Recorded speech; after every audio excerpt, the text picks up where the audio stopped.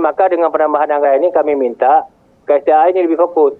Terutama Pak Sekjen, saya ingin sampaikan, kita di rapat ini, kita telah ada kesimpulan rapat terhadap bagaimana penyelesaian konflik gajah di Aceh dan di provinsi lain waktu itu. Bukan cuma Aceh ya, di provinsi lain, agar ditangani secara komprehensif.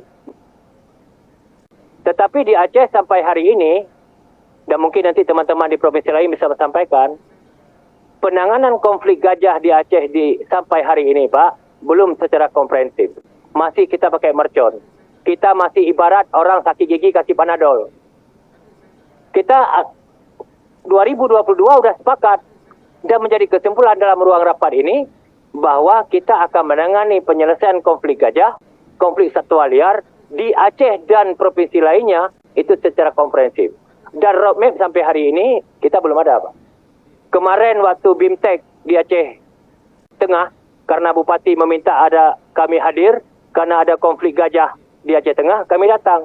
Sananya sama KSDAI Aceh juga belum ada roadmap-nya. Ini mohon, Pak. Jadi kesimpulan rapat yang ada di Komisi 4 ini disikapi dengan serius. Bukan hanya sekedar sepakat waktu Ketua-Ketua Palu selesai. Selesai daripada ruang ini, kita juga selesai tugasnya.